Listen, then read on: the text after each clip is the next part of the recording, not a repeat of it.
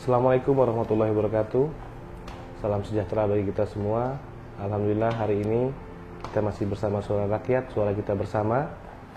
Yang mana siang hari ini kita akan mengangkat tema dialog dengan Kepala Cabang Bank Riau Kepri, Cabang Ranai, Bapak Dwi. Yang kita angkat temanya terkait benar tidak sih ASN dan P3K Natuna banyak menyekolahkan SK-nya ke Bank Riau. Kita sapa dulu Pak Dwi. Assalamualaikum warahmatullahi wabarakatuh. Assalamualaikum warahmatullahi wabarakatuh. Bagaimana kabarnya Pak? Alhamdulillah. Izin Pak sedikit ini mengenai isu-isu yang berkembang ini Pak di masyarakat Natuna. Bahwasanya banyak nih ASN dan P3K di Natuna ini yang menyekolahkan SK-nya ke Bank Riau. Kita mau tahu banyaknya itu sebanyak apa sih Pak? Takutnya nanti 10 orang dibilang banyak, padahal pegawai di Natuna ini udah ribuan orang. Terima kasih. Ini kalau bicara data ini memang kami mohon maaf belum bisa banyak update. Cuman kalau di posisi 2023 kemarin itu posisi kita itu ada di sekitar 85% dari total ASN dan P3K 2003. 85% Pak. 85%. Itu termasuk berarti untuk ASN-ASN yang ada di pulau-pulau terluar seperti Serasan, Midai, Subi, itu kan kita juga jaringan kantor di sana ada. Jadi terfasilitasilah ASN-ASN di daerah itu untuk bisa, kalau bahasanya tadi menyekolahkan SK gitu ya.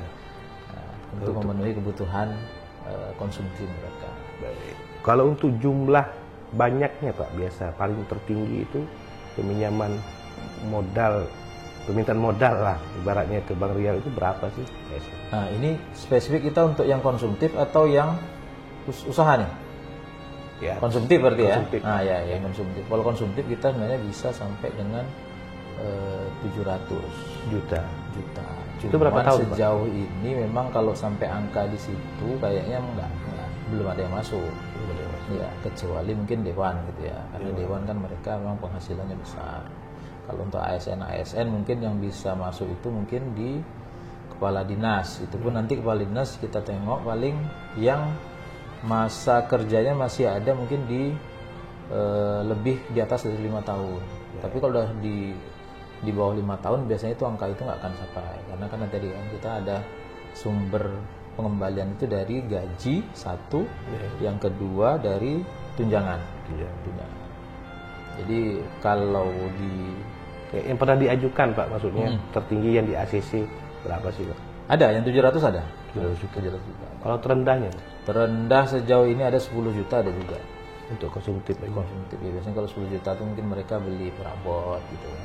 Perabot rumah tangga. Itu biasanya kalau 10 pun mungkin mereka nyicil ya paling 1 tahun paling lama. Kalau 700 itu berapa tahun Pak? 700 itu biasanya di atas 5 tahun ya bisa.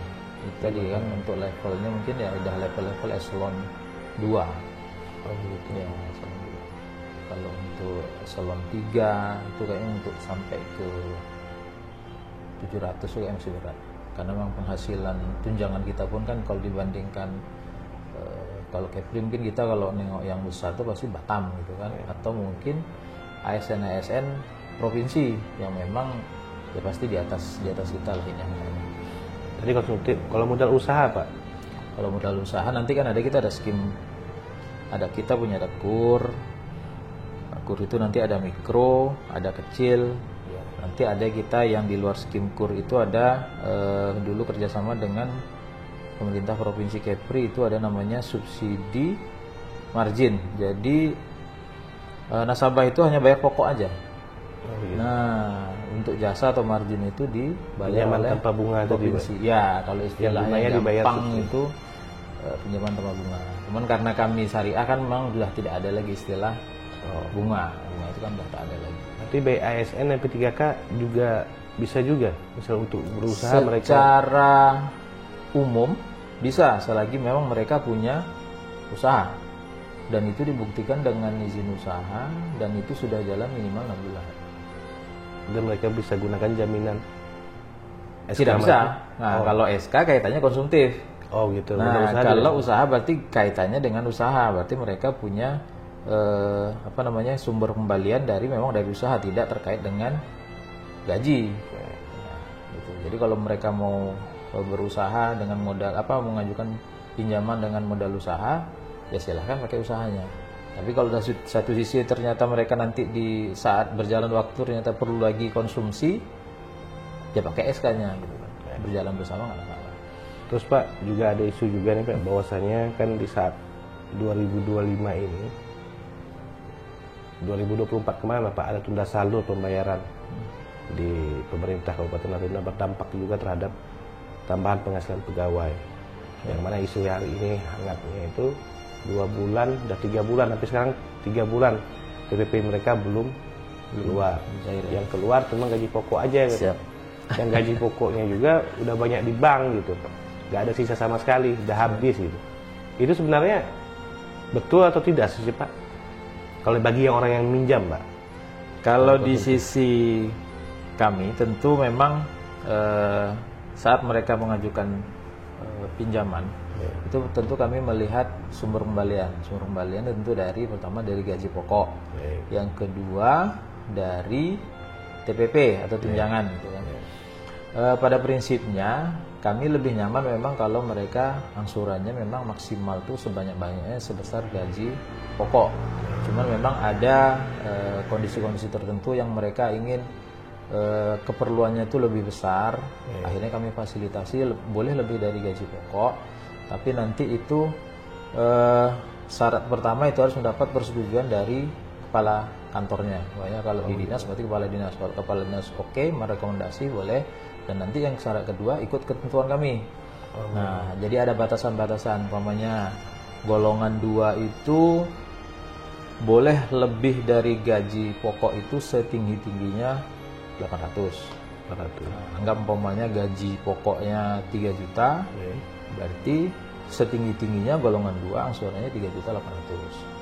Nah, pokoknya golongan 3 setinggi-tingginya kelebihannya 1.500.000. Begitulah ini kondisinya. Karena kan memang mayoritas di ASN kita ini kan pasti lebih banyak golongan 2, golongan 3, golongan 4 kan dah semakin kecil jumlahnya. Berarti isu itu benar, berarti gaji pokok mereka semuanya sudah terhabiskan untuk membayar sisa. Untuk angsuran. Itu secara perbankan memang diperbolehkan? Secara perbankan boleh, karena kan kalau di bank itu kan nanti ada rasio pengembalian. Rasio pengembalian terhadap pendapatan. Ya, pendapatan tadi kan dari gaji pokok sama tunjangan. Nah, kalau yang nggak boleh itu pokoknya gaji pokok dan tunjangannya 15 juta, kita kasih angsurannya 20 juta, itu berarti kita melanggar kan, karena sumbernya nggak ada. Kalau meninggal berarti langsung lunas Pak hutang pada ASN? Untuk sekarang ini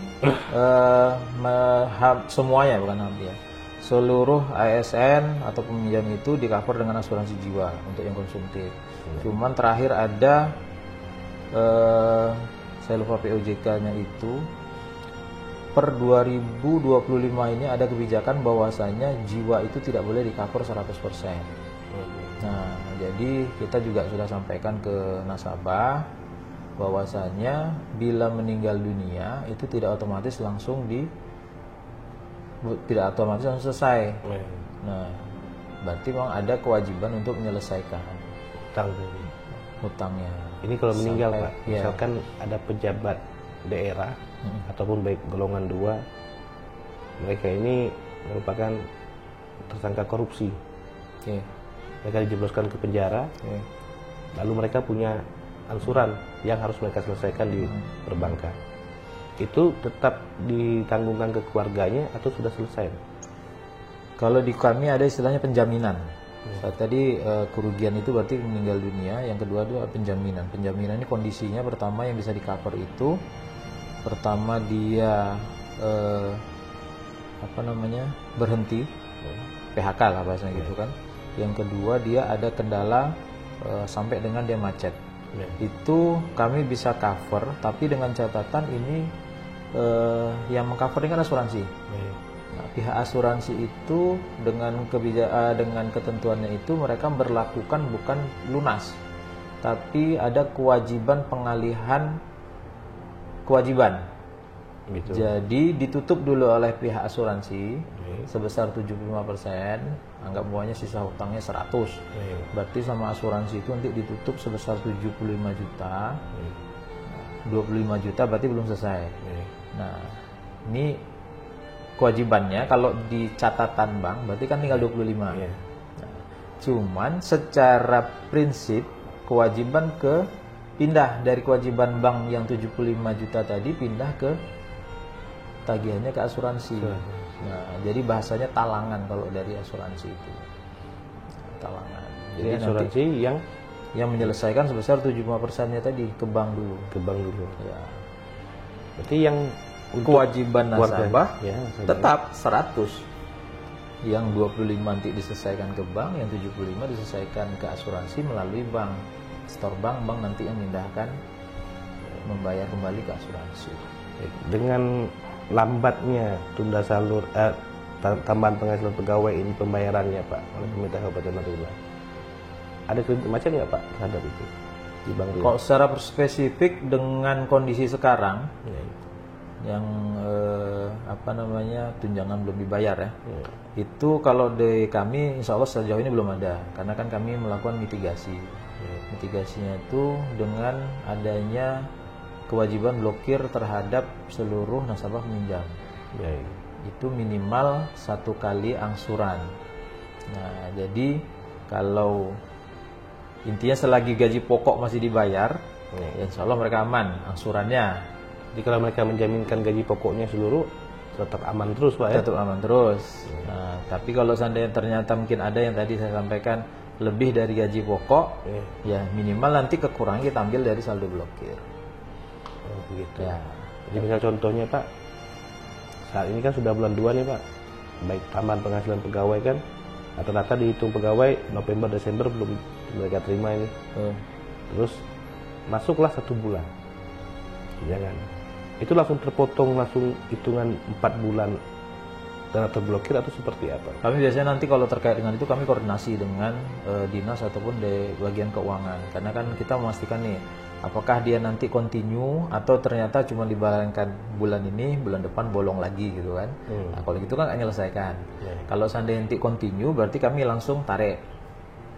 Ya, proporsional, umpamanya yang kemarin kami ambil dari saldo blokirnya anggap 3 bulan. Nah, bulan ini kami ambil 1 bulan, bulan depan ambil 1 bulan lagi, bulan berikutnya ambil 1 bulan lagi. Jadi kan kembali lagi saldo blokirnya utuh lagi gitu kan. Karena memang saldo blokir ini fungsinya itu ini untuk mitigasi, untuk jaga-jaga kalau terjadi kendala di pembayaran angsuran. Nah, seperti ini kan kondisinya kan umpamanya. Baik, terima kasih banyak Pak atas waktunya hari ini. Ya, mudah-mudahan dialog kita hari ini bisa memberikan pencerahan dan informasinya bisa seluas-luasnya diterima dengan utuh Pak. Ya, tidak ada lagi isu-isu yang menyampaikan A atau B, tetapi sudah utuh karena langsung didengar dan disampaikan oleh Kepala Bank Riau cabang Ranai. Terima kasih Pak. Terima kasih.